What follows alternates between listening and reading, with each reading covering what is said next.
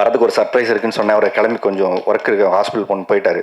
ஏன்னா அந்த படம் ஃபர்ஸ்ட் பரத் தான் நடிக்கிறதா இருந்தது, அவருக்கு போய் கதை சொல்றதா இருந்துச்சு. ஒவ்வொரு கலைஞர்களுமே இந்த சினிமாவுக்கு வராங்க. அவமானப்படாத யாருமே வர முடியாது.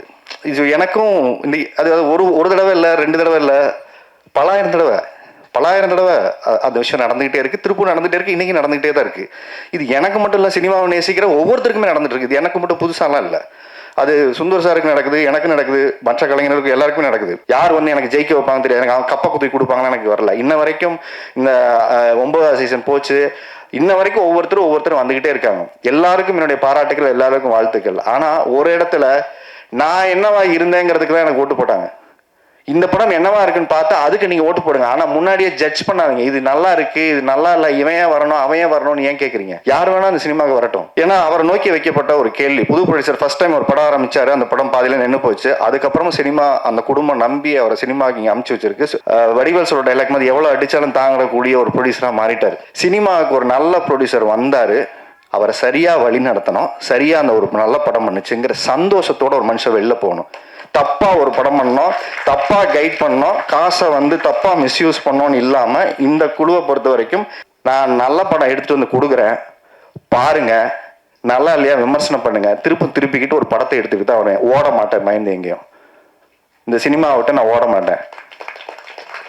ஏன்னா அந்த 20 வருஷமா அந்த சினிமாவை விட்டு என்னைக்கே ஓடி இருக்கணும், நான் என்னைக்கே ஓடி இருக்கணும். நீங்க வைக்கக்கூடிய ஒவ்வொரு விமர்சனங்களையும் அது எது சரியா இருக்கோ எடுத்துக்கிட்டு திருப்ப வரேன். நன்றி சார். அடுத்ததாக நாம் பேச அழைக்கிறோம். திறமையின் எல்லைக்குள் வெற்றி உயர்ந்து நிற்கும், செல்லும் திசை இறுக்கி மலைகளையே நகர்த்தும், மனிதத்தை கடத்தும், அப்படி தனக்கான பாதையை தமிழ் சினிமாவில் உருவாக்கி தரணியே புகழ வைத்த தனி ஒருவன், ஆர்ப்பரிக்கும் மகிழ்ச்சியோடு அழைக்கிறோம் நடிகர் ஆரி அவர்களை.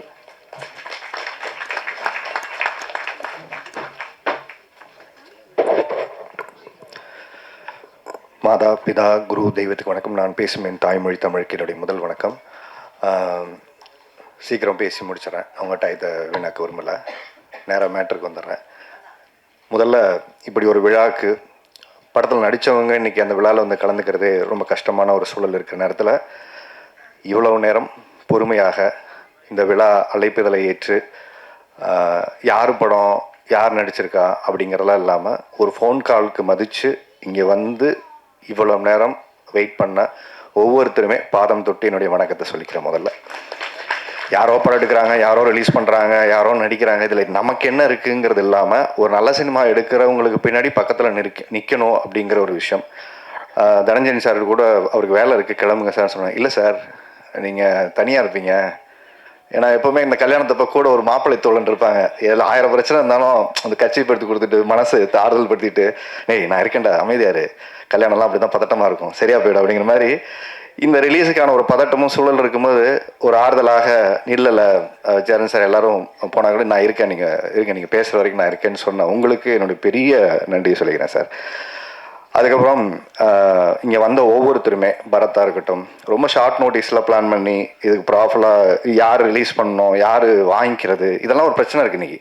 யார் வரணும், யார் பண்ணணும்னு இது எதையுமே எதிர்பார்க்காம இந்த மேடைக்கு கூப்பிட்டோடனே வந்த பரத், அவருக்கு முதல்ல நன்றி. பரத்துக்கு ஒரு சர்ப்ரைஸ் இருக்குன்னு சொன்னேன். அவரை கிளம்பி கொஞ்சம் ஒர்க் இருக்கு, ஹாஸ்பிட்டல் போயிட்டாரு. ஏன்னா அந்த படம் ஃபஸ்ட்டு பரத் தான் நடிக்கிறதா இருந்தது, அவருக்கு போய் கதை சொல்கிறதா இருந்துச்சு. அதுக்கப்புறம் அடுத்த கதைக்கு டிஸ்கஷன் போயிட்டு இருக்கு, பரத்தை வச்சு படம் பண்ணலான்னு பேசிட்டு இருந்தார். அதான் நான் சொன்னேன், நீங்கள் வாங்க பிரதர், உங்களுக்கு ஒரு சர்ப்ரைஸ் இருக்குன்னு சொன்னேன். அவருக்கு அது இன்னும் தெரியாது, கிளம்பி போயிட்டாரு. ஏன்னா அடுத்து ஒரு 3 படம் பண்ணுறதுக்கு அவர் டிஸ்கஷன் பண்ணிட்டு இருக்காரு. அடுத்ததாக நான் சினிமாவில் இருக்கனா இல்லையான்னு எல்லாருக்கும் ஒரு டவுட்டு. இந்த பிக் பாஸ் போயிட்டு வந்ததுக்கப்புறம் கொஞ்சம் ஆளே காணோம், நெஞ்சுக்கு நீதி படம் பண்ணார். அப்புறம் மக்கள்கிட்ட எனக்கு என்ன தெரியும் அப்படிங்கிறது ஒவ்வொரு நேரமும் எனக்கு தெரியறதில்ல, ஆனால் என்னை சுற்றி இருக்கிறவங்களுக்கு மற்றவங்களுக்கு தெரியும். அப்படி எனக்கு என்ன தெரியும், என்னால் என்ன முடியுங்கிறத நம்பி இன்னைக்கு ஒவ்வொரு வாய்ப்பை கொடுத்த என்னுடைய ஒவ்வொரு தயாரிப்பாளருக்கும், ஒவ்வொரு இயக்குனருக்கும், ஒவ்வொரு டெக்னீஷியனுக்குமே இந்த நேரத்தில் நான் அவங்களுடைய பாதம் தொட்டு நன்றி சொல்லிக்கிறேன். அதுக்கு அடுத்ததாக எனக்கு பிக் பாஸுக்கு அப்புறம் எனக்கு ஒரு பெரிய வாய்ப்பை ஏற்படுத்தி கொடுத்த வாத்தமிழாவுடைய producer cheers entertainment, cheers music, அவங்க அபி மேம்க்கு அண்ட் செல்வா சாருக்கு ஒரு பெரிய நன்றியை சொல்லிக்கிறேன். எனக்கு வெளியில் நான் ஷூட்டிங் போகிறேன், எல்லா ஊர்களுக்கு போகிறேன், எல்லா இடங்கள்லையும் அவங்க சொல்கிற ஃபஸ்ட்டு விஷயம் நெடுஞ்சாலை சார், மாயா சார், அடுத்து பிக் பாஸ் சார், அடுத்து இப்போ போய் சேர்ந்துருக்கிறது சார் உங்கள் வாத்தமிழ நல்லா இருக்கு சார், அந்த ஷோ பயங்கரமாக பேசுகிறீங்க சார், அது நல்லா பண்ணுறீங்க சார். நிறைய நல்ல நல்ல விஷயங்கள் நாங்கள் லைஃப்பில் என்ன பேசுகிறோமோ அதை அப்படி ரிஃப்ளெக்ட் பண்ணுங்க சார். அதை விடாமல் பண்ணுங்க சார்ன்னு சொல்லும்போது ஒரு ஒரு எளிவனுடைய குரலாக அந்த ஒரு ஷோ இன்னைக்கு உயிர்ப்போடு இருக்குன்னா, இப்படிப்பட்ட ஒரு ப்ரொடியூசர் பணத்தை பார்க்காம மக்களுக்கு கொண்டு போய் சேர்க்கக்கூடிய ஒரு ஷோவாக இன்னைக்கு மாறி இருக்கு சக்ஸஸ்ஃபுல்லாக. அவங்க எங்கிட்ட ஒரு ப்ராமிஸ் பண்ணாங்க, நான் உள்ளே வரும்போது நான் உள்ளே வேணான்னு சொல்கிறதுக்காக தான் உள்ளே போனேன். நமக்கு எது எப்படி இவ்வளோ நேரம் பண்ண முடியும், நமக்கு நடிக்க தெரியும், அங்கே போய் ஷோ எப்படி ஹேண்டில் பண்ண பழக்கம் இல்லை. இல்லை உன்னால் முடியும், ஃபஸ்ட்டு உன்னை யாரும் எனக்கு தெரியாது, அப்புறம் சொன்னாங்க நீ அப்படி இப்படிலாம் சொன்னாங்க, நீ இப்போ பயங்கரமாக பேசுவேன், பிக் பாஸில் அப்படி பேசுவேன் இப்படி பேசுவேன், எப்படி பேசுறியோ எனக்கு தெரியாது, கொஞ்சம் ஆரண்டி பண்ண, நீ எவ்வளோ அடித்தாலும் தாங்குற ஆளாக இருக்க, அதனால் தைரியமாக வா, இந்த ஷோ பண்ண கரெக்டான ஆள் நீங்கள் தான். 2-3 பேர் ஷார்ட்லைஸ் பண்ணோம், அதனால் கரெக்டான ஆடு நீ தான், நீ வா அப்படின்னு சொல்லி உள்ள தூக்கி போட்டாங்க. ஸோ அவங்க ஒரு ப்ராமிஸ் பண்ணாங்க, 1 வருஷம் அந்த ஷோ பல கிடச்சிட்டு நீங்கள் பண்ணுங்கள், அது ஒரு இடத்துக்கு போய் சேரும் அப்படின்னு சொன்னாங்க. அதே மாதிரி 1 வருஷம் அந்த ஷோ முடிஞ்சு லாஸ்ட் ஒரு ஃபியூ வீக்ஸ் மேக்ஸு டிஆர்பியில் இது வரைக்கும் கலைஞர் டிவிலே ஹையஸ்ட் டிஆர்பி ஒரு ஷோ ஹிட் ஆச்சு. அதாவது பக்திமான் மனைவிகளிடம் மாட்டிய கணவர்கள் அப்படிங்கிற அந்த ஷோ ஆல்மோஸ்ட் 1 பாயிண்ட்டுக்கு மேலே டிஆர்பி ஒரு பெரிய சக்ஸஸ்ஃபுல்லாக அது இருந்துச்சு. கலைஞர் டிவின்னு கூப்பிட்டு எல்லாருமே பாராட்டினாங்க, மேம் எல்லாருமே பாராட்டினாங்க. இது ஏன் சொல்கிறேன்னா, இதுக்கப்புறம் ஷோ பண்ணுறாரு, டிவிக்கு போயிட்டாரு, படங்களும் பண்ணுறாரா ஒன்றுமே தெரில, ஆனால் ஆள் மட்டும் ஷூட்டிங் போயிட்டே இருக்காரு அப்படின்னு சொல்லிட்டு. ஏன்னா நிறைய இந்த இடைப்பட்ட காலத்தில் மற்றவங்க ஆடியோ லான்ச்சுக்கு வர்றது அதிகமாகிடுச்சு. நான் ஏன் ஆடியோ லான்ச்சுக்கு நானே வர்றது கொஞ்ச நாளுக்கு அப்புறம், சில வருஷங்களுக்கு அப்புறம் இப்போ தான் வரேன். அப்படிப்பட்ட ஒரு வாய்ப்பு ஏற்படுத்தி கொடுத்த என்னுடைய தயாரிப்பாளருக்கு நான் நன்றி சொல்லணும். தயாரிக்கிறது முக்கியமாக தயாரிப்பாளருக்கு ஏன் நான் நன்றி சொல்லணும் அப்படின்னா, இந்த படம் பண்ணதுக்கு சூரி எனக்கு ரொம்ப நண்பர், லக்ஷ்மண் எல்லாருமே எனக்கு ஃப்ரெண்ட், ஏற்கனவே படம் பண்ணியிருக்கோம். இது ரொம்ப கொஞ்சம் எனக்கு கோவம் இருக்குது, எனக்கு எமோஷன்ஸ் இருக்குது. இப்போ இதெல்லாம் நான் இங்கே எதுவுமே உங்கள்கிட்ட காட்ட விரும்பலை. ஏன்னா நிறைய அவமானங்களை தாண்டி தான் ஒவ்வொரு கலைஞர்களுமே இந்த சினிமாவுக்கு வராங்க. அவமானப்படாத யாருமே வர முடியாது. இது எனக்கும் அது ஒரு தடவை இல்லை, 2 தடவை இல்லை, பலாயிரம் தடவை அந்த விஷயம் நடந்துகிட்டே இருக்கு, திருப்பூர் நடந்துகிட்டே இருக்கு, இன்னைக்கு நடந்துகிட்டே தான் இருக்கு. இது எனக்கு மட்டும் இல்லை, சினிமாவை நேசிக்கிற ஒவ்வொருத்தருக்குமே நடந்துட்டு இருக்குது. எனக்கு மட்டும் புதுசாலாம் இல்லை, அது சுந்தர் சாருக்கு நடக்குது, எனக்கு நடக்குது, மற்ற கலைஞர்களுக்கு எல்லாருக்குமே நடக்குது. இந்த படம் ஏன் இப்போ சார் கூட சொன்னார் 27 நீங்கள் போட்டிங்களா சார் அப்படின்னு சொன்னார். ஏன்னா சார் படம் பார்த்துட்டாரு, தனஞ்சயன் சார் பார்த்துட்டு ரொம்ப நல்லா வந்திருக்கு. ஒரே ஒரு விஷயம் தான் சொன்னார், சின்சியரான ஒரு அட்டம்ப்ட் இந்த படத்தில் தெரியுது. அது ஒரு இயக்குனரா, ஒரு தயாரிப்பாளரா, நடிகரா, டெக்னீஷியனா, எல்லாரும் ஒரு சின்சியர் படம் எடுக்கணுங்கிற ஒரு முயற்சி எடுத்திருக்கீங்கன்னு ஒன்று இருக்குல்ல, அது போதும் சார். ஏன்னா 150 ரூபா கொடுத்து படம் பார்க்குறவனுக்கு எப்படிப்பட்ட படத்தை கொடுக்கணுங்கிறதான் எல்லாரும் கனவோட படம் எடுக்கிறோம், நான் உள்பட எல்லாருமே. ஆனால் அதை சாட்டிஸ்ஃபை பண்ணுற இடத்துல தான் ஃபெயில் ஆகிட்டே இருக்கும். எக்ஸாம் எழுதிக்கிட்டே இருக்கும், ஆனால் ஃபெயில் ஆகிட்டே இருக்கும். ஏன்னா நம்ம கொஸ்டின் பேப்பர் தெரிஞ்சுக்கிட்டு தான் ஆன்சர் எழுதணும் நினைக்கிறோம், யாருக்கும் தெரியறதில்லை. ஏன்னா அவரை நோக்கி வைக்கப்பட்ட ஒரு கேள்வி. புது ப்ரொடியூசர் ஃபர்ஸ்ட் டைம் ஒரு படம் ஆரம்பிச்சாரு, அந்த படம் பாதியில் நின்று போச்சு. அதுக்கப்புறமும் சினிமா அந்த குடும்பம் நம்பி அவரை சினிமாவுக்கு இங்கே அமுச்சு வச்சிருக்கு. என்கிட்ட சோரியா சொன்னார், சார் உங்களுக்கு ஒரு 20-25 நாள் டேட் இருக்கும், நீங்கள் வர்றீங்க, நல்லபடியாக நடிச்சு கொடுக்குறீங்க, கிளம்பிடுறீங்க. இவ்வளோதான் சூர்யா சொன்னார் என்கிட்ட. வேறு எதுவுமே நீங்கள் கதையை கேளுங்க, பிடிச்சதுன்னா சொல்லுங்கள், வரீங்க, நடிக்கிறீங்க, கிளம்புறீங்க, இவ்வளோ தான் நான் சொன்னார். சூர்யாக்காக சொன்னேன், சூர்யா யார் பண்ணுறாருன்னா லக்ஷ்மண் எல்லாமே டீமாக பண்ணுறாரு, புது ப்ரொடியூசர் நம்மளை நம்பி வந்திருக்காரு பிரதர் அப்படின்னாரு. அதே மாதிரி நாங்கள் போனோம், நடித்தோம், வந்தோம், போனோம், நடித்தோம், வந்தோம். இப்படி 25 நாள் முடிஞ்சிச்சு. படம் முடிஞ்சது. எடுத்து அந்த படத்தை பார்த்தாரு, நாங்களும் பார்த்தோம். சின்ன சின்ன விஷயங்கள் பண்ணால் நல்லா இருக்குன்னு ஒரு சஜஷன் சொன்னோம். அப்போ அவருக்கு சினிமா தெரியாது. அப்போ அவர் என்ன சொன்னார், இல்லை சார் நல்லா தான் இருக்குது, நம்ம பண்ணிடலான்னாரு. அவருக்கு எல்லாருக்கும் ஒரு குழப்பம் இருந்துச்சு, எப்படி அவரை கன்வின்ஸ் பண்ணுறது எங்களுக்கு தெரியல. ஆல்ரெடி காசு செலவு பண்ணிட்டாரு, கொண்டு வந்த காசுலாம் கரைஞ்சி போச்சு. ஏன்னா படமாக சொல்லி திருப்பி எடுக்கணுமே, இவங்க எல்லாம் சரியான ஆட்களா இல்லை நம்ம காசை கரைக்கிறதுக்காக ஒரு ஐடியா பண்ணுறாங்களா அப்படின்னு அவருக்கு ஒரு டவுட் இருந்துச்சு. அவருக்கு நான் எப்படி சொல்லி புரிய வைக்கிறேன்னு தெரில. நேராக வீட்டுக்கு போனார். வீட்டுக்கு போய் படம் காமிச்சார். உண்மையாகவே இன்னைக்கு நீங்கள் பார்த்த பாட்டு, நீங்கள் பார்த்த விஷுவல்ஸு எல்லாமே ஏற்கனவே எடுத்திருந்தது தான். அதில் கொஞ்சம் நேர்த்தியாக இன்னைக்கு எக்ஸ்ட்ரானரியாக அந்த படம் பார்த்துட்டு நல்லா இருக்குது அப்படிங்கிற ஒரு இடத்துக்கு இந்த படம் நகர்ந்துருக்குன்னா, இந்த படத்துக்கு முதல் பார்வையாளராக இருந்தது அவங்களுடைய 2 பொண்ணுங்க, அவங்க மனைவி. நீங்கள் அவங்களுக்கு தான் நன்றி சொல்லணும். இந்த படம் சிறந்த படமாக இன்னைக்கு வந்திருக்கிறதுக்கு மிக முக்கியமான காரணம், படம் எடுத்துட்டீங்க, இவ்வளோ காசை போட்டு ஒரு நல்ல படமாக எடுக்க வேண்டியதானே, அது எல்லாமே பார்த்துக்கலாம் போங்க அப்படின்னு அந்த பிள்ளைங்க சொன்ன அந்த தைரியம் தன்னம்பிக்கை தான் வந்துட்டு அப்படி இப்படி சுறுசுறுப்பாக வந்தார். சார் அது என்னமோ சொன்னீங்களே சார், வாங்க சார் அதெல்லாம் கொஞ்சம் என்னமோ பேசிடலாம், டிஸ்கஸ் பண்ணிடலாம். இல்லைன்னா அவர் அடுத்த வாரமே ரிலீஸ் பண்ணிடலான்ட்டாரு. நான் அடுத்த படத்துக்கு போகிறேன் சார், இதில் விட்டெல்லாம் நான் அதில் பிடிச்சிக்கிறேன்னாரு. சார் விட்டதை பிடிக்கிறேன் இந்த சினிமாவில் அதை பின்னாடி துரத்திக்கிட்டே இருக்கிறவங்க தான் இங்கே அதிகம். அதனால் ஒரு படம் எடுக்கும் போதே சரியாக எடுத்து அந்த பேனர் எல்லாத்தையும் முடிவு பண்ணிட்டோம்னா சரியாக போயிடும்னு சொன்னேன். அன்னைக்கு அவங்க வீட்டில் சொன்ன விஷயத்தை எல்லாருமே உட்காந்து கவனித்து ஒரு டீமாக பண்ணி நாங்கள் போடாத சண்டை இல்லை. உண்மையாகவே சொல்கிறேன், சண்டைன்னா ஒரு நல்ல ஹெல்த்தியான டிஸ்கஷன். அவர் ரொம்ப இன்னசென்ட்டு. இவர் எவ்வளோ இன்னசென்ட்னு கேட்டுட்டிங்கன்னா, உள்ளுக்குள்ள ரத்த கொதிப்பை பாட்டு கேட்டிருப்பீங்கல்ல, அப்படி இருப்பார் உள்ளுக்குள்ள. இவர் ஒன்று என்ன சார் நடக்குதுன்னு, இல்லை சார் பாவம் அவர் ஏதோ கொஞ்சம் பேசிகிட்டு இருக்காரு, யார்கிட்டயோ ஃபோனில் பேசிட்டு கொஞ்சம் ரிலாக்ஸ்டாக இருக்கார். அவர் ரத்த கொதிப்பா இவர் இவ்வளோ தான் டீல் பண்ணுவார். ஏன்னா அவங்க 2 பேருக்கு லவ் பண்ணுற மாதிரி தான். அவர் அங்கே டென்ஷன் ஆவார், பேசுவார். இவர்கிட்ட எந்த விதமான கூலாக இருப்பார், தண்ணி மாதிரி. அது எது ஊற்றினாலும் அணைஞ்சிடும். அதனால சுந்தர் சார்ட்ட வேலை செய்யறது ரொம்ப ஈஸி, ரொம்ப ரொம்ப ஸ்வீட். ஆக்சுவலாக அவர் கோவப்பட்டு நீங்கள் பார்க்கவே முடியாது. அதிகபட்ச கோவம் தான் கிடைக்கிறா விடுங்க சார், இதுதான் அதிகபட்ச கோவம். அதை மீறி அவர் எதுக்குமே ரியாக்ட் பண்ண மாட்டார். அப்படிப்பட்ட ஒரு மனிதர் ஒரு படம் பண்ணி இன்னைக்கு இவ்வளோ பேருக்கு ஒரு வாய்ப்பை ஏற்படுத்தி கொடுத்த இன்னும் விஷயத்தை தாண்டி இன்னொரு விஷயம் சொல்கிறேன் சார்.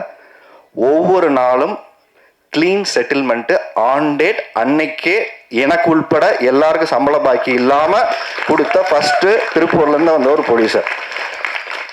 அவருக்கு கடன் வாங்குறாரு எது சார், என் ஆஃபீஸில் யாரும் வந்து நிற்கக்கூடாது சார், நான் கடங்காரன்னு சொல்லக்கூடாது சார், என்னை யாரும் வந்து தப்பாக பேசக்கூடாது சார். ஆன் டேட்டுக்கு செட்டில் பண்ணார். ஏன்னா சூர்யா சொல்லும் போது ஒரு விஷயம் சொன்னார், ஒரு புது ப்ரொடியூசர் படம் பண்ணும்போது நம்ம எப்போ டெக்னீஷியன் சப்போர்ட் பண்ணுவாங்கன்னா சார், அன்னைக்கு அவங்களுக்கு பேமெண்ட் கொடுத்துடலாம் சார், 10 நாள் வச்சுக்கிட்டு பண்ணோன்னா அவங்களும் கொடுப்பாங்களோ இல்லையோ நம்பிக்கை இருக்கும். ஏன்னா பெரிய பேனர் மேலே நம்பிக்கை இருக்கும். 10 நாள் கழிச்சு பேமெண்ட் போடுவாங்க, 20 நாள் கழிச்சு பேமெண்ட் போடுவாங்க. ஆனால் மனோ கிரியேஷன்ஸ் நம்பி இன்னைக்கு எல்லா டெக்னீஷியனுக்கும் வந்து வேலை செய்வோம் சார். நான் உள்பட சம்பளம் கொடுக்கலன்னா கூட வந்து வேலை செய்வோம். ஏன்னா அடுத்தவங்க காசு நம்ம காசு மாதிரி நினைச்சு வேலை செய்யக்கூடிய ஒரு ப்ரொடியூசர். அவங்க காசு நமக்கு எதுக்கு சார், கொடுத்துருவோம் சார், அப்புறமா பேசுவோம் சார் அப்படின்னு. ஆனால் சில நேரங்களில் கராராக பேசுவார். கண்டிஷன் அப்படிதான். வீட்டில் பொண்டாட்டி எப்படியோ அப்படிதான் அவரும் எங்ககிட்ட பொண்டாட்டியுமே நடந்துப்பார். சில நேரம் கொஞ்சம் கோவமாக பேசுவார், அப்புறம் லவ் பண்ணுவார், அப்படி சாப்பாடை போட்டு அள்ளி திணிச்சிருவார். நம்மளால ஒன்றும் முடியாது. அதனால ஒரு அன்பான ராட்சசன்னு சொல்லலாம், ராட்சசின்னு சொல்ல முடியாது, அவர் ஆண். அதனால ஒரு அன்பான ராட்சசன் அவர். சினிமாவுக்கு இப்படிப்பட்ட ப்ரொடியூசர் கிடைச்சதுல ரொம்ப சந்தோஷம். ரொம்ப அடமெண்ட்டாக நான், டைரக்டர் லக்ஷ்மண், நாங்கள் நிறைய டார்ச்சர் பண்ணியிருக்கோம் அவரை. ஒரே விஷயம் தான் சொன்னேன், இன்ன வரைக்கும் நான் சொல்லிட்டு இருக்க ஒரே விஷயம், ஏன் அவரோட நான் நிற்கிறேன் இந்த ஆடியோ லான்ச்சில் ரிலீஸ்க்கு அப்புறம் எப்போனாலும் அவரோட நண்பரை நான் சம்பாதிச்சிருக்க விஷயம் என்னன்னா, சினிமாவுக்கு ஒரு நல்ல ப்ரொடியூசர் வந்தார், அவரை சரியாக வழி நடத்தணும், சரியாக அந்த ஒரு நல்ல படம் பண்ணுச்சுங்கிற சந்தோஷத்தோட ஒரு மனுஷன் வெளில போகணும். தப்பாக ஒரு படம் பண்ணோம், தப்பாக கைட் பண்ணோம், காசை வந்து தப்பாக மிஸ்யூஸ் பண்ணோன்னு இல்லாமல் இந்த குழுவை பொறுத்த வரைக்கும் எல்லாமே ஒரு சரியான முயற்சியாக எடுத்து தரன் வந்து எல்லாமே வந்து கூடுதல் செலவு இருந்தாலும் இந்த படத்துக்கு பரவாயில்ல சார். இதுக்கு அதனால தான் இப்போ சார் சொன்ன ஸ்கேலுக்கு இந்த படம் மாறினதுக்கான காரணம் என்னன்னா, அடுத்து 25 நாள் நம்ம ஷூட் பண்ணியிருக்கோம். ஸோ இந்த படம் ஒரு 45 நாள் 48 நாள் ஒரு பெரிய படத்துக்கான செலவை இன்னைக்கு இந்த படம் பண்ணி இந்த நம்பிக்கையோடு வந்திருக்கு. அடுத்து அவர்கிட்ட வச்ச ஒரு கேள்வி, ஆரியை நம்பி எதுக்கு இவ்வளோ காசு போட்டு படம் எடுக்கிறீங்க? அவர் வந்து பிக் பாஸ் போயிருக்காரு, அவர் ஆல்ரெடி படம் பண்ணி அவர் பல வருஷம் ஆச்சு. அவர் தேட்டருக்கு வந்து அவருக்கு என்ன பிஸ்னஸ் இருக்குது, இப்போ என்ன பெரிய குறை, நான் மண்டை குழம்பு போய் தர்றாங்க, எனக்கு எவ்வளோ பிஸ்னஸ் இருக்குன்னு யாருக்குமே தெரில, எனக்குமே தெரில. அதாவது ஓடலைன்னு சொல்லி ஒரு நம்பரை சொல்லலாம், ஓடி இருந்தால் ஓடி இருக்குன்னு சொல்லி ஒரு நம்பரை சொல்லலாம். ரெண்டுமே சொல்ல முடியாத ஒரு நம்பர் இருக்கும்போது அவர் சொன்ன ஒரு விஷயம், டிஸ்ட்ரிபியூட்டர்கிட்ட அவர் வந்து பேசிட்டு இருந்தார். அவர் சொன்ன விஷயம், சார் இந்த பக்கம் மைனஸ்லையும் இல்லை, இந்த பக்கம் ப்ளஸ்லையும் இல்லை, நான் சேஃபாக இருக்கேன் சார். ஏன்னா 0க்கு பக்கத்தில் எத்தனை நம்பர் வேணால் போடலாம் சார், ஆனால் மைனஸில் போயிட்டா தான் திருப்பி எடுத்துகிட்டு வர்றது கஷ்டம் சார். யாருக்கும் அறிமுகம் இல்லாத ஒரு முகத்தை நான் எடுத்துகிட்டு வரல. ஆனால் இந்த படம் மூலியமாக நான் எப்படி நீங்கள் நெடுஞ்சாலை ஒரு படம் உங்களுக்கு பெரிய வீட்டுக்கு கொண்டு போய் சேர்த்துச்சு, எப்படி மாயா அவங்களுக்கு ஒரு அங்கீகாரத்தை ஏற்படுத்தி கொடுத்துச்சு, அப்புறம் நாகேஸ்வரிங்கம் ஒவ்வொரு படங்களும் ஒவ்வொரு அங்கீகாரத்தை ஏற்படுத்தி கொடுக்குதோ, இன்றைக்கு வெற்றி அடைஞ்ச ஹீரோக்கள் நிறைய பேர் இருக்காங்க. பிஸ்னஸ் உள்ள ஹீரோக்கள் அவர் சொன்ன விஷயம், அவர்கிட்ட சொன்ன விஷயம், வெற்றி அடைஞ்ச ஹீரோக்கள் பல பேர் இருக்காங்க. இன்னொன்று அடுத்த கட்ட நகர்வை நோக்கி நகரக்கூடிய ஹீரோக்கள் இருக்காங்க. இந்த 2 பேருக்கு இடையில போராடக்கூடிய பல நல்ல ஹீரோக்கள் இந்த சினிமாவில் இருக்காங்களா சார். அவங்களுக்கான வாய்ப்புங்கிறது வந்து இங்கே யாரோ ஒருத்தர் ஏற்படுத்தி கொடுத்து தான் சார் எல்லாருக்கும் நடந்திருக்கு. ஏன்னா அவருக்கு இவ்வளோ புரிதல் இருக்குன்னு எனக்குமே தெரியல சார். ரஜினியை ஃபஸ்ட்டு படம் பண்ணும்போது யாருக்கும் தெரியாதுல்ல சார். இன்றைக்கி நமக்கு ரஜினி சார், இன்றைக்கி விஜய் சார், இன்றைக்கி அஜித் சார். யார் எப்போ மாறுவாங்கன்னு யாருக்குமே தெரியாது சார். ஒரு படம் தான் அவங்க வாழ்க்கையை மாற்றிருக்கு சார். காந்தாராங்கிற ஒரு படம் கர்நாடகத்துலேருந்து இன்னைக்கு வந்ததுக்கப்புறம் அந்த ஹீரோ நமக்கு யாருக்குமே தெரியாதுல்ல சார். ஃபர்ஸ்ட் படம் பண்ணும்போது தெரியாது. எந்த நம்பிக்கையில் அவங்களுக்கு 30 கோடி போட்டு காசு எடுத்தாங்க? அந்த நம்பிக்கை ஏன் சார் நமக்கு இருக்க மாட்டேங்குது அப்படிங்கிற அந்த கேள்வியை அதே லவ் டுடே படமாக இருக்கட்டும், இவர் சொன்ன உதாரணம் சொன்னது. அப்போது யாரையோ நம்பி யாரையோ காசு போட்டால் தான் சார் இந்த படம் ஜெயிக்க முடியும். அப்படி யாரையோ நம்பி போடுறதுக்கு நான் உங்களை நம்பி காசு போட்டேன் சார். கட்டாயம் இந்த படம் எனக்கு கரை சேர்க்கும் சார். அதனால நான் கவலைப்படலை சார். அதுக்கப்புறம் இந்த படத்தை கொண்டு போய் சேர்க்குற ரிலீஸில் இருக்கக்கூடிய சிரமங்கள், அவர் எஃப்எம்எஸ் பிஸ்னஸ் இதெல்லாம் பேசும்போது நிறைய சிக்கல்களை தாண்டி எனக்கு தெரிஞ்சு வடிவேல் சொல்ற டைலாக் மாதிரி எவ்வளோ அடித்தாலும் தாங்கக்கூடிய ஒரு ப்ரொடியூசராக மாறிட்டார். குனிகிறாரு, அடி இந்த பக்கம் அடிங்கடா, அந்த பக்கம் அடிங்கடா, இப்படி கேட்குறீங்களா அப்படின்னு அது லேட்டாரு. ஸோ ஏன்னா அவருக்கு இங்கே தெரியல, முன்னாடி சொல்லும்போது அதுக்கு வந்து அவருக்கு ஃபஸ்ட்டு எல்லாம் ஃப்ரெஷ்ஷாக இருந்துச்சு சார். இங்கே ஃப்ரெஷ் ஒரு இடத்துல பிஸ்னஸ் பேசும்போது கரெக்டாக ஒரு கைட்லைனை போகலைன்னா சுற்றிடும் சார் அப்படிங்கும்போது இப்போ அவர் நிறைய பேர் சுற்றல் விட்றாங்க. இப்போ கொஞ்சம் ட்ரெயின் ஆகிட்டு அவரை எல்லாத்தையும் சுற்றல் விட்றாரு. இவ்வளோ தானே படம், வாங்க வாங்க வாங்க பார்த்துக்கலாம் அப்படின்ட்டு. அதனால் 27 ஃபிக்ஸ் பண்ணிட்டு கூட அதான் சொன்னார். இல்லை சார் ஃபிக்ஸ் பண்ணிட்டு அடுத்து 2 மாதம் வந்து நமக்கு லீவு இல்லை சார், எக்ஸாம் வருது, நிறைய பணம் போட்டிருக்கு சார், பண்ணிட்டோம், ஜனநாயகம் தள்ளி போயிடுச்சு சார், இந்த கேப்பை ஃபில் பண்ணுறோமோ இல்லையா சார், நாம தேட்டரை ஃபில் பண்ணுவோம் சார்னு சொன்னார். கேப்பை ஃபில் பண்ணுறதுக்கு நிறைய படம் வரலாம் சார், தேட்டரை ஃபில் பண்ணக்கூடிய ஒரு நல்ல படம் கொடுத்துருவோம் சார் அப்படிங்கிற ஒரு நல்ல முயற்சியோட இந்த படம் எடுக்கப்பட்டிருக்கு. எனக்கு ஆதங்கம், கோபம் இதெல்லாம் சொன்னதுக்கு பின்னாடி என்ன விஷயம்னா, எங்கோ ஒருத்தர் யாரோ ஒருத்தருக்கு வாய்ப்பு கொடுத்தா மட்டும்தான் எல்லாருமே அடுத்த கட்டத்துக்கு நகருவாங்க. இல்லைன்னா அந்த வாய்ப்பு கொடுக்கக்கூடிய ஒவ்வொரு தயாரிப்பாளருக்கும் நம்ம நன்றி உள்ள இதாக இருக்கணும். எனக்கு வாய்ப்பு கொடுத்த என்னோட தயாரிப்பாளருக்கு நான் நன்றி உள்ள ஆளாக இருக்கணும்னு நினைக்கிறேன். ஏன்னா நான் உதவி இந்த படம் பண்ணோம், ஜெயிக்கணும், அவ்வளோதான். ஏன்னா நான் 5 கோடி ரூபா போட்டு நீங்கள் படத்தை பண்ணுறவருக்கு நான் கொடுத்த இந்த சின்ன காசு ஒன்றும் பெரிய காசு கிடையாது.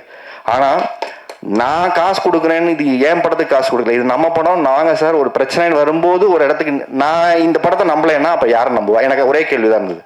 நானே இந்த படத்தை நம்பல அப்படின்னா நானே போக. அப்போ இந்த சுயநலமாக ஒரு இடத்துல இருக்கும்போது என் சம்பளம் எனக்கு கொடுத்துருங்க சார், நான் வாங்கிட்டு போகிறேன்னு இல்லாமல் நாம எல்லாம் ஒரு இடத்துல நின்று இந்த படம் பண்ணுங்கிற முடிவோடு வந்திருக்கோம். அதுக்கப்புறம் ஒரே விஷயம் சார், இன்னொரு விஷயம் சொன்னாங்க, அது ரொம்ப ஹர்ட்டிங்காக இருந்துச்சு எனக்கு வந்து. ஏன்னா எனக்கு இது சினிமாவுக்கு வரும்போது சொன்னாங்க, இந்த மூஞ்சியெல்லாம் யார் பாப்பா அப்படின்னு சொல்லி ஒரு விஷயம் சொன்னாங்க. அதுக்கப்புறம் இந்த மூஞ்சியை நம்ம ஒரு இடத்துக்கு போராடி வர வேண்டியது, இது எல்லாருக்கும் நடக்க வச்சு. ஆனால் இப்போ சொன்ன விஷயம் சார், அவர் பிக் பாஸ்க்கு வந்தார், 16 கோடி ஓட்டு போட்டாங்க, அவருக்கு எந்த மக்கள் வந்து தேட்டருக்கு ஓப்பனிங் வரும் எப்படி பார்ப்பாங்க அப்படிங்கிற ஒரு கேள்வி எல்லாரும் கேட்குறாங்க சார் அப்படின்னு ஒரு விஷயம் சொன்னாங்க. நான் அவங்களுக்கெல்லாம் ஒரே பதில் தான் இப்போ நான் சொல்ல வேண்டிய விஷயமா நான் பதில் சொல்கிறேன்.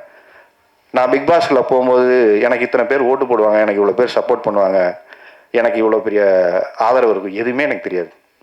எதுவுமே எனக்கு தெரியாது. நான் சினிமாவுக்கு வந்த காலத்திலேருந்து என் பாக்கெட்டில் எவ்வளோ இருக்கோ, 10 ரூபா இருக்குன்னா என் குடும்பத்துக்கான தேவைக்கு போக 1 ரூபாயோ 4 நாளோ செலவு பண்ண அந்த மக்களுக்கும் இந்த சமுதாயத்துக்கும் செலவு பண்ணுங்கிற என்னோட எண்ணங்கள் அன்னையிலேருந்து இன்னைக்கு வரைக்கும் மாறல. கோடிக்கணக்கில் சம்பாதிச்சதுக்கப்புறம் இந்த சமூகத்துக்கு செய்வோம்னு நினைக்கல. அன்னைக்கு காசு இல்லாத போதும் போராட்டத்தில் போய் உட்கார்ந்தோம், சமூகத்துக்கு வேலை செஞ்சோம். அப்போது இன்னைக்கு நம்ம உள்ளே போகும்போது எனக்கு அன்னைக்கு நான் என்னுடைய வேலையை நான் செய்கிறேன், அது சரியாக இருந்தால் எனக்கு சப்போர்ட் பண்ணுங்கள், இல்லையா எதை சரி பண்ணிக்கலாம்னு சொல்லுங்கள், திருத்திக்கணும், அவ்வளோதான் எல்லாருக்கும் வாய்ப்பு. அதனால எல்லாருமே பிறக்கும் போது இங்கே யாரும் ஸ்டாராக வந்தெல்லாம் பிறக்கிறது இல்லை. இங்கே stars R mat not born. இதை முதல்ல நம்ம எல்லாரும் புரிஞ்சுக்கணும்.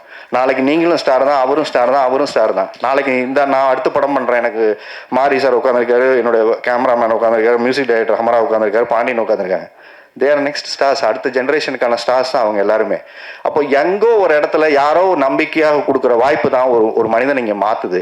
அப்போது அவங்க எல்லாருக்கும் இந்த படமாக மொழியுமாக நான் சொல்லுகிற ஒரே வாய்ப்பு, என்னை நோக்கி எரிந்த கற்களை எல்லாம் ஒரு பூக்களாக தான் நான் பார்க்குறேன். ஏன்னா நான் ஒரு நல்ல படம் கொடுக்கணுங்கிற பொறுப்புணர்ச்சி அதை கொடுக்குதே தவிர இந்த கோவமே கிடையாது. நல்ல படம் கொடுத்து எடுத்துகிட்டு வரேன், வாங்க போராடுவோம், மக்களை நோக்கி ஒரு படத்தை கொடுக்கறதுக்கான என்ன முயற்சியோ அதை பண்ணியிருக்கோம். அதில் ஏதாவது குறை இருந்தால் சொல்லுங்க, அடுத்த படம் திருத்திக்கிறோம், இவ்வளோதான்.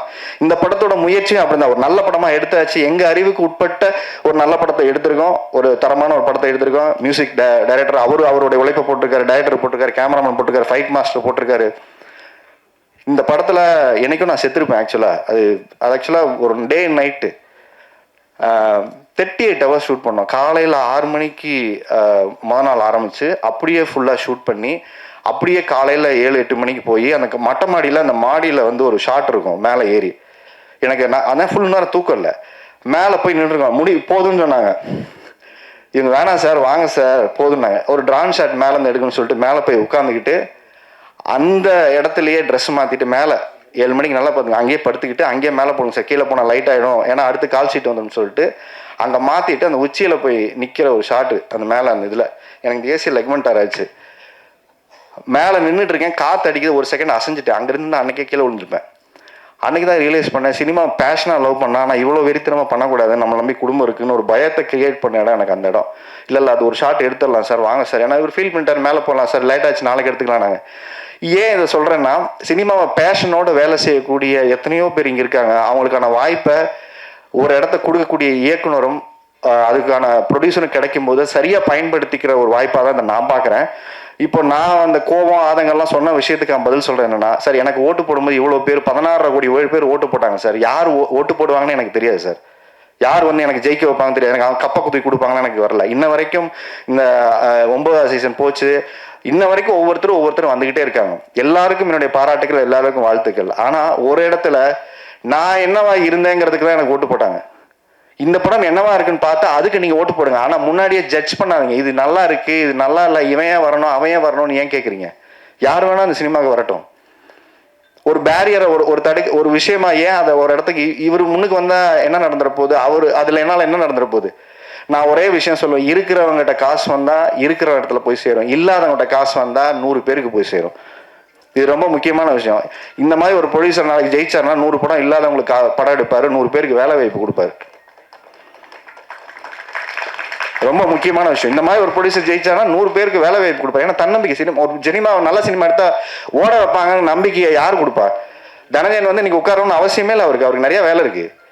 அவர் அப்பவே போறேன்னு போயிருக்கலாம். ஆனா நான் பேசி இல்லை சார் அது நல்லா இருக்காது சார், நீங்க பேசி வரீங்க சார் அப்படின்னு சொல்ற விஷயம் இருக்குல்ல, இது போது சார். இந்த மாதிரி மனிதர்கள் இந்த சினிமாவில் சம்பாதிச்சதே ஒரு பெரிய விஷயம் நினைக்கிறேன். அப்போ இப்போ பிக் பாஸ் போகும்போது எந்த எதிர்பார்ப்பும் இல்லாமல் நான் எப்படி உள்ள போனனோ, இப்போ எலெக்ஷன் டைம் எனக்கு ஓட்டு போட்ட வாக்காளர்கள் நம்பி தான் இந்த படம் எடுத்துருக்கிறேன். அவங்கள நம்பி தான் 27ஆம் தேதி வர்றோம். ஏன்னா சொன்ன வார்த்தை அது ஒன்று மாதிரி, சார் அவர் ஓட்டு போட்டவங்கெல்லாம் முடிச்சுட்டு வீட்டுக்கு போயிட்டாங்க, அவங்க ஒய்ஃபு ஸ்ரீலங்கெல்லாம் இருக்கலாம், அவங்கெல்லாம் அப்போ பார்த்தாங்க, இப்போல்லாம் அந்த மூஞ்சியை பார்த்து யார் தேட்டருக்கு வராங்கன்னு பார்க்கலான்னு ஒரு இடத்துல கேள்வியாகவும் கேட்டிருக்காங்க, சேலஞ்சும் பண்ணியிருக்காங்க. இந்த சேலஞ்சை நான் ஒரு இடத்துல என்ன சொல்கிறேன்னா, நான் நல்ல படம் எடுத்துகிட்டு வந்து கொடுக்குறேன் பாருங்க, நல்லா இல்லையா விமர்சனம் பண்ணுங்க, திருப்பிக்கிட்டு ஒரு படத்தை எடுத்துக்கிட்டு தான் வரேன். ஓட மாட்டேன் பயந்து எங்கேயும். இந்த சினிமாவை விட்டு நான் ஓட மாட்டேன். ஏன்னா அந்த 20 வருஷமா அந்த சினிமாவை விட்டு என்னைக்கே ஓடி இருக்கணும், நான் என்னைக்கே ஓடி இருக்கணும். நீங்க வைக்கக்கூடிய ஒவ்வொரு விமர்சனங்களையும் அது எது சரியா இருக்கோ எடுத்துக்கிட்டு திருப்ப வரேன்.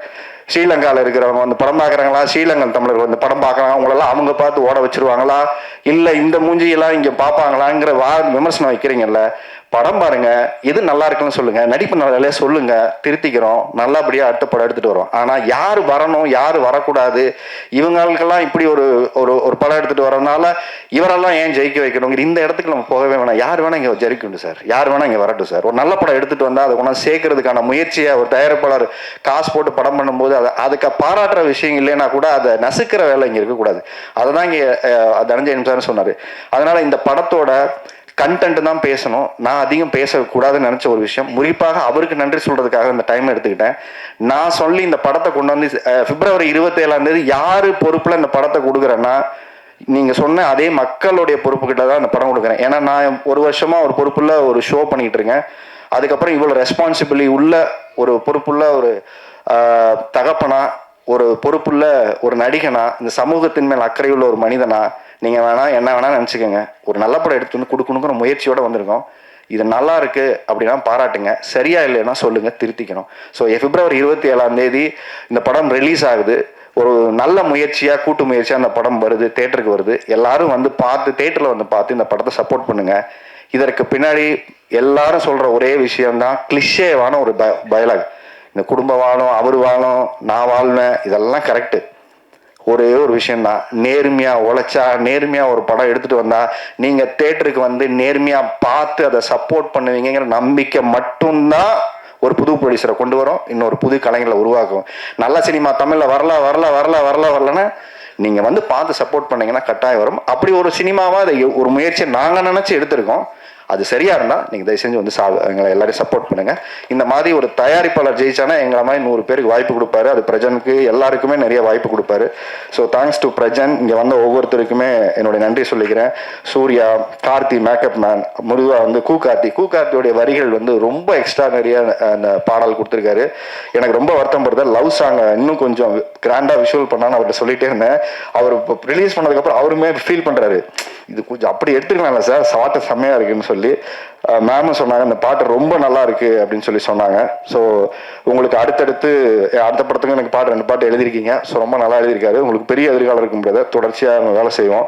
இந்த சினிமா நல்ல கவிஞர்களை கொண்டாடிய ஒரு சினிமா. நாளைக்கு நீங்கள் கண்ணதாசன் மாதிரி, வாலி ஐயா மாதிரி நிறைய நல்ல நல்ல பாடல்களை கொடுக்கக்கூடிய ஒரு கவிஞராக நீங்கள் வரணும்னு கட்டாயம் வாழ்த்துறேன். அப்புறம் தரன், எனக்கு நல்ல பாட்டு கொடுத்துருக்கீங்க தரன். மாலை பொழுது மாதத்துக்கு அப்புறம் அப்பா பொண்ணுக்கு ஒரு சாங், என் பொண்ணு வந்து அந்த பாட்டை பார்த்துட்டு பயங்கர ஃபீலிங்ஸு. நீ என்னப்பா அந்த பொண்ணெல்லாம் தூக்கி வச்சுட்டு கொஞ்சிட்டு இருக்க, என்ன எப்படி இது கொஞ்சலான்ட்டு. இப்போ வேற பாட்டை போட்டதுக்கப்புறம் அவங்க அம்மா கூட அனுப்பிச்சிட்டா, அந்த பொண்ணை தூக்கி சுத்துற இவன் என்ன பார்க்குறா ஒரு மாதிரியா அப்பா அப்படிங்கிறா. ஸோ அதனால அந்த பாட்டு அவளுக்கு ரொம்ப, நான் சொன்னேன் திருப்பி அதே மாதிரி உன்னை ஷூட் பண்ணுறேன், உன்னை அது மாதிரி எடுத்து நான் கொஞ்சம் அவளுக்கு ப்ராமிஸ் பண்ணியிருக்கேன். வேணாமா, வெக்கத்தை பாரு. ஸோ அதனால அந்த அளவுக்கு அவளுக்கு அந்த பாட்டு பார்த்துட்டு பொசசிவ் ஆயிடுச்சு. மகள்களை பெற்ற அப்பாக்கள் எல்லாரும் காலங்காலமாக கொண்டாடக்கூடிய ஒரு பாடலை கொடுத்துருக்கீங்க. ஸோ உங்களுக்கு என்னோட பெரிய நன்றி. ஏன்னா உலலாயிங்கிற வார்த்தையை கேட்காம ஒவ்வொரு தகப்பனும் கடந்து போக முடியாது. அந்த மாதிரி ஒரு அழகான ஒரு பாடல். அந்த சிங்கர்ஸ் வந்து எல்லாருக்குமே என்னுடைய நன்றியை சொல்லிக்கிறேன். ஒளிப்பதிவாளர் லக்ஷ்மண், நாங்களாம் புழிஞ்சிருக்கோம் அவரை, அவரும் வச்சு செஞ்சுருக்கோம் அவரு. ஸோ இந்த படம் அவருக்கு ஒரு பெரிய பிரேக்கு. அப்புறம் டேஞ்சர் மணி ஃபைட்டு வந்து ரொம்ப அந்த இன்ட்ரோ பிளாக் ஃப்ளைட் வந்து ரொம்ப மெனக்கெட்டு நாங்கள் பண்ண ஒரு ஃபைட்டு. குறிப்பாக ஒரு 4-5 நாள் நாங்கள் ட்ரிகர்ஸ் எல்லாம் பண்ணி அதை ரெக்கி பண்ணி எடுத்த ஒரு ஃபைட்டு வந்து கிளைமேக்ஸும் வந்து பார்த்தீங்கன்னா ஒரு நல்ல ஒரு கிளைமேக்ஸ் ஃபைட்டாக வந்திருக்கு. ஏன்னா 2-3 படம் தொடர்ச்சியாக வேலை பார்த்துருக்கோம். அதில் தான் எனக்கு காலில் முடிஞ்சிருச்சுன்னாரு. நான் அந்த பார்க்கூர்லாம் கற்றுக்கிறேன்னு சொல்லிட்டு அங்கே வந்து நிறைய சாணி போட்டிருந்தாங்க. ஓடி வந்து ஜம்ப் பண்ணலான்னு சொல்லிட்டு நம்ம தான் கொஞ்சம் ஆர்வக்கோளராச்சே. இல்லை அது வரேன் துரத்தி தானே போனோம், நான் கொஞ்சம் லென்த் எடுத்துக்கலாம்னு சொல்லி எடுத்தேன். அதை அங்கே கல் இருந்தது, நம்ம அதை பார்க்கல.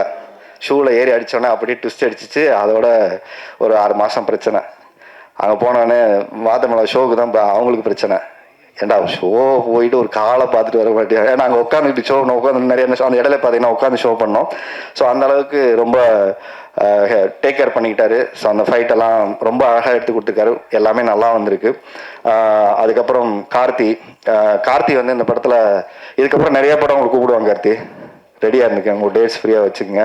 நடிப்பை நான் வந்து நிறைய கற்றுக்குங்க. ஏன்னா நிறைய பேருக்கு உதவி செய்கிற மனிதர்கள் வளர்ந்தால் தான் நிறைய பேருக்கு நம்ம சம்பாதிச்சா நிறைய பேர் செய்ய முடியும்.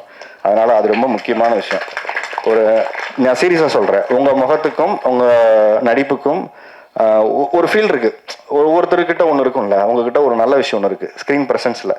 அதனால் அது நல்லபடியாக இந்த போராடி உங்ககிட்ட வாங்கிட்டார் எல்லாத்தையும். அடுத்த படத்துக்கு அந்த போராட்டத்தை குறைச்சிட்டு நீங்களாவே இயல்பாக நடிக்கிற இப்போ தயாராகிட்டீங்கன்னா ஒரு சீசன் நடிகர் ஆகிடுவீங்க.